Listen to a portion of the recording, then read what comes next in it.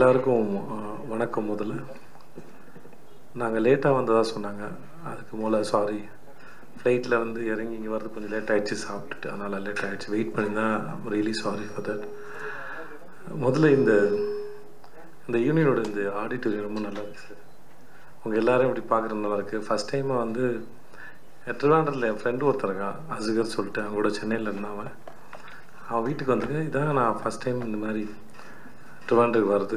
So இந்த ஊரே ரொம்ப அமைதியாக ரொம்ப அழகாக இருக்குது, ரொம்ப பிடிச்சிருக்கு. நாங்களும் எங்கள் டைரக்டர் எங்கள் ப்ரொடியூசர்லாம் வந்து ரொம்ப அழகாக இருக்கேன். ஏன்னா இங்கேயும் டிராஃபிக்கு கொச்சின்னு போல் இருக்கும்னு நினச்சிட்டு தான் வந்தோம் நாங்கள். ஆனால் ஒரு மாதிரி அமைதியாக ரொம்ப ஸ்வீட்டாக இருந்தது. அப்புறம் எங்களுடைய மகாராஜா படத்துக்கு இவ்வளோ பெரிய வரவேற்பு கொடுத்ததுக்கும், அந்த படத்தை பார்த்து நல்ல விதமாக பேசின உங்களுக்கும் மக்களுக்கும் ரொம்ப ரொம்ப நன்றி. Thank you so much. தேங்க்யூ. அவர் எங்கள் ப்ரொடியூசர் சுதன் சுந்தரம். அது நாங்கள் தான் வழக்கமாக இன்ட்ரடியூஸ் பண்ணுவோம் எல்லா இடத்துலையும்.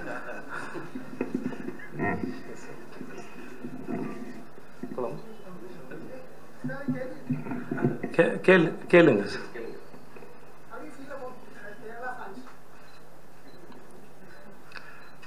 செம்ம ஃபீல் சார். அது பியூட்டிஃபுல் ஃபீல் சார். நான் மாமனிதன் ஒரு படம் ஷூட்டுக்காக வந்த போது தான் சார், நான் வந்து அப்போ தான் 96 வந்ததுன்னு நினைக்கிறேன். ரிலீஸ் 2018 வந்தது 96.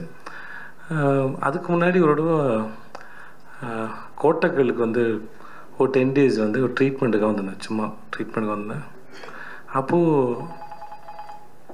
அப்போது ஈவினிங்காக அந்த பக்கம் மலப்புரம் சைடு வாக்கிங்லாம், மலப்புரம் தான் இல்லை அது இருக்கிற இடம், கோழிக்கோடு எங்கே இருக்குதில்ல. ஸோ அங்கே ஈவினிங்லாம் வாக்கிங் போவோம். அப்போ வந்து விக்ரம் வேதா ரிலீஸ் ஆகிருந்தது.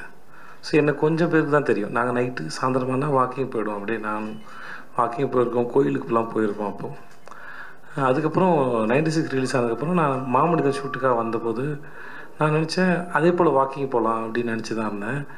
பட்டு அவ்வளோ லவ் நானே எதிர்பார்க்கல. அந்த சமயத்தில் அலப்பியில் ஷூட் பண்ணோம், அங்கேயும் அவ்வளோ பேர் வந்தாங்க.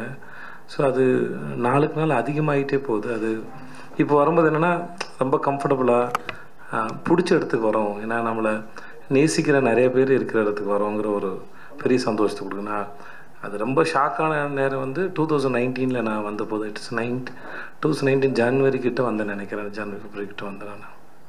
இப்போ உங்கள் எல்லோரும் படம் பார்க்கும்போது படத்தோட இம்பேக்ட் ஒன்று இருக்கும். ஆனால் இந்த படத்தை சொன்ன விதம் இருக்குல்ல, the flow of the film, screen play, அதுதான் ரொம்ப எக்ஸைட்டிங் பண்ணிச்சு. இதை வந்து முன்ன பின்ன அது சொல்லும்போது அது ரொம்ப ஃபோர்ஸ்டாக இல்லாமல் அதோட ஃப்ளோ ரொம்ப நல்லா இருந்தது. ஒரு ரொம்ப அழகான ஒரு இசை போல், மியூசிக் போல் இருந்தது. So I loved it. அதான் இப்போ இந்த படம் ஹிட் ஆச்சு இல்லை சார், அதுக்குமே நான் காரணம் இல்லை சார். அதனால் ஆமாம் சார். ஏன்னா சார் ஒரு வேலை ஒருத்தரால் நடக்கலைல்ல. இப்போ ஹீரோ நம்ம வேலை வந்து இந்த கதை நல்லா இருக்குது. இப்போ நான் இதுக்கு முன்னாடியே படம் எடுக்கல. இப்போ 50 படம் பண்ணியிருக்கேன். 50 படங்களில் சிலது கிளாசிக்ஸாக இருக்கலாம், சிலது ஹிட்டாக இருக்கலாம், சிலது ஆவரேஜாக இருக்கலாம், சிலது ஃப்ளாப்பாக இருக்கலாம், பேட் ஃபிலிம் கூட சொல்லியிருக்கலாம். ஓகே, பட் எல்லா ஃபிலிமே நான் சூஸ் பண்ணும்போது எனக்கு அதோட ஒரு கனெக்ஷன் இருக்க போது தான் நான் சூஸ் பண்ணேன். ஸோ ஃபில்மை சூஸ் பண்ணதுக்கப்புறம் அது சரியாக எக்ஸிக்யூட் பண்ணப்படணும், சரியாக காஸ்டிங் பண்ணப்படணும், எல்லா வேலையும் சரியாக நடந்து அது சரியாக வந்து டெலிவரி ஆனால் தான் அந்த படம் ஹிட்டு. ஸோ அது ஒருத்தர் மட்டும் இல்லை, பட் ஒவ்வொரு ஸ்கிரிப்டை சூஸ் பண்ணும்போது இப்போ நீங்கள் என்கிட்ட உட்காந்து ஏதோ ஒரு படத்தை நான் இங்கே சொல்ல முடியாது, ஏன்னா சொன்னால் யாரையா ஹர்ட் பண்ணுற மாதிரி இருக்கும். நீங்கள் நிஜமாக என் படம் ஃப்ளாப் ஆன படத்தை எடுத்து இந்த படம் நீ எதுக்கு விஜய் சூஸ் பண்ணுன்னு கேட்டிங்கன்னா நான் உங்களுக்கு I can give you 100 reasons. But ஏன்னா எல்லா ஃபிலிமும் அந்த படம் பண்ணும்போது அதோட எமோஷ்னல் கனெக்ஷன்ஸும் அதோட சீன்ஸும் எவ்வளோ தூரம் ஆடியன்ஸை கனெக்ட் பண்ணுவோம், எவ்வளோ தூரம் பிடிக்கும் அப்படின்னு கணக்கு போட்டு தான் அந்த வேலையவே செய்கிறோம் நாங்கள். அது இல்லாமல் செய்கிறதில்ல.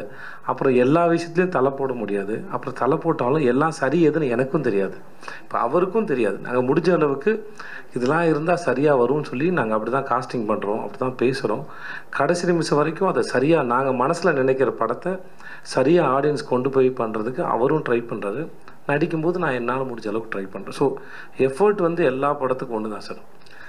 அது நான் இல்லை, அது எல்லா ஆக்டருக்கும் அது முக்கியம். ஏன்னா இப்போ நாங்கள் இருந்து உங்கள் முகத்தை பார்க்குறோம்ல, ஒரு படம் ஓடினதுக்கப்புறம் ஒரு முகத்தை பார்க்குறோம்ல, audience, fans, press people, anybody, even my family members, அவங்ககிட்ட ஒரு சந்தோஷம் இருக்குல்ல.